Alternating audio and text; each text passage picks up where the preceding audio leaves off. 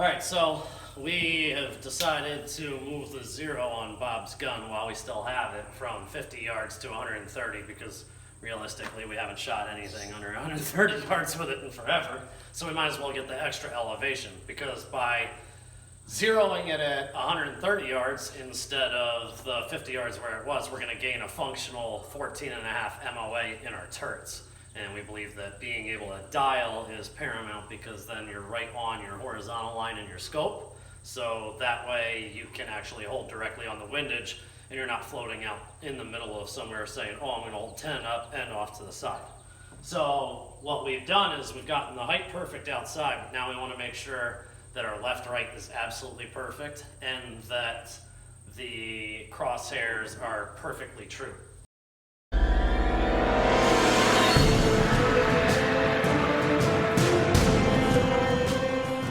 So, or in other words, make sure that it's perfectly level. And people have all different kinds of ways to do that. Shims underneath and stuff, that doesn't really work for me all that often. So this is what I like to do. You set up a plumb line and we're going to be able to aim at the bottom of this. Free swinging weight, it's not touching anything. And if we've got it right, we should be aiming here and hit 14 MOA here, because we're going to shoot from about 50 yards.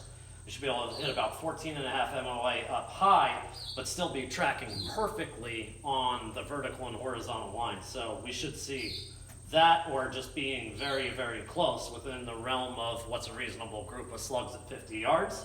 And if we get it so that from our point of view down there, when we're aiming here, the crosshair is in line with this and also the impacts are in line with that, then we know that all systems are go and we're ready.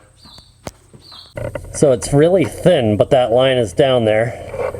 And again, the key is to get your crosshairs perfectly horizontal, perfectly vertical and in line with that string.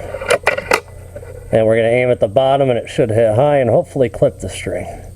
If it doesn't, we'll move it over. Oh man, I think that looked good.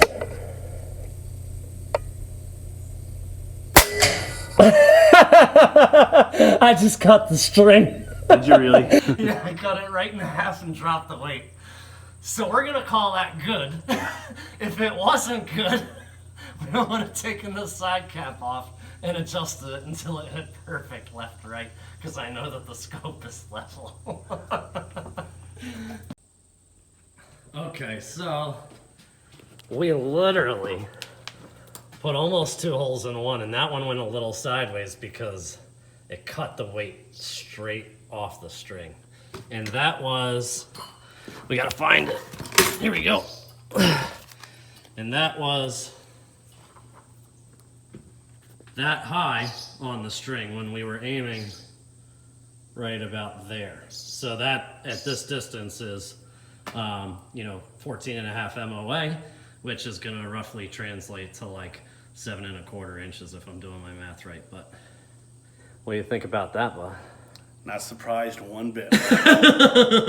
But this is what we're talking about when we say, you really got to put in the work and get your gun right and all that stuff. I mean, we're shooting at birds at ridiculous ranges. And the reason why we can do it is that luckers at work, Norm. Oh, it's a lot of work. It's a lot of work. Trust us when we tell you we do a lot of shooting, a lot of tuning, and a lot of prepping. That's an understatement. Yeah. I mean, we blow through more air and lead Oh, God. just getting this right because we're not going to stop. If this wasn't the result, we would have been here for hours and hours figuring it out until we got it to do that. So keep in mind, the guns will do this, but you really got to do your part.